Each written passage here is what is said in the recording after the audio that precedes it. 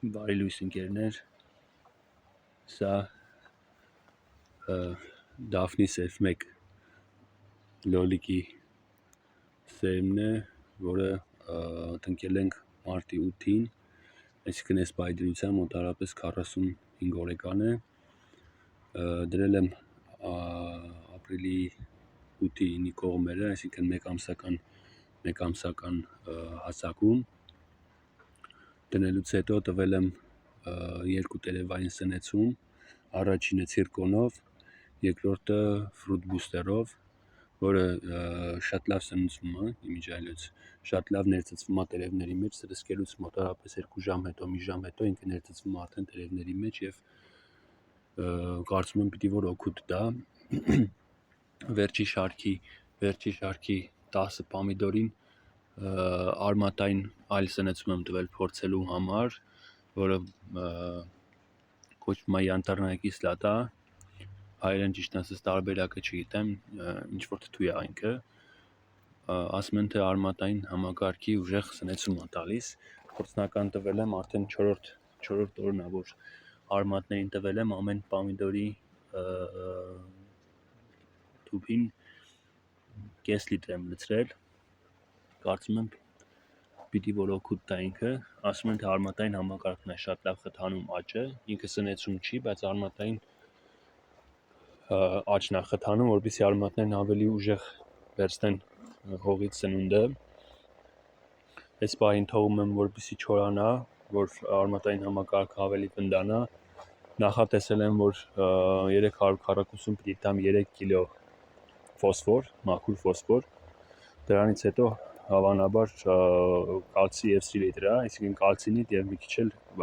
ամիաշնի սիլիտրա, որպեսզի իր աճը խթանենք, եթե ուշադիր լինենք,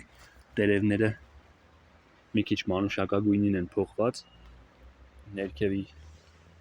արմատից մի քիչ վերև ավելի մանուշակագույն են, բայց սա վախենալու չի, սա նշանակում է, որ ջերմաստիճանի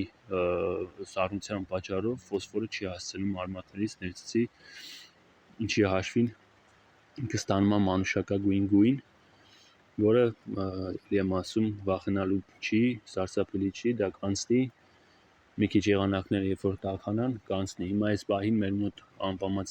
անպամած եղանակներ են և գիշերը մինչև +5 իջնում է եղանակը, որի արդյունքում պամիդորի վեգետացիոն շրջանը չի հասցնում ճիշտ կատարվի և ունենում ենք մանուշակագույն գույն, բայց այս եղանակային պայմաններում ֆոսֆոր տալը միանշանակ չարժի, այն ֆոսֆորը, որ ես եմ նախատեսել, որովհետև անկախ նրանից այդ ֆոսֆորը տամ թե չտամ, ինքը չի վերցնելու արմատներից չի ներծծվելու, ինչպես նախկինում ասացի, եղանակային պայմաններից ելնելով և մի կարևոր բան էլ, այս տարի առաջին անգամ փորձում եմ տերևային սնեցումներով իրեն սնեմ ու նաև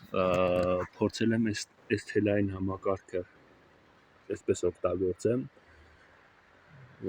այսինքն առաջ մենք պտտում էինք, մտցնում էինք հողի մեջ,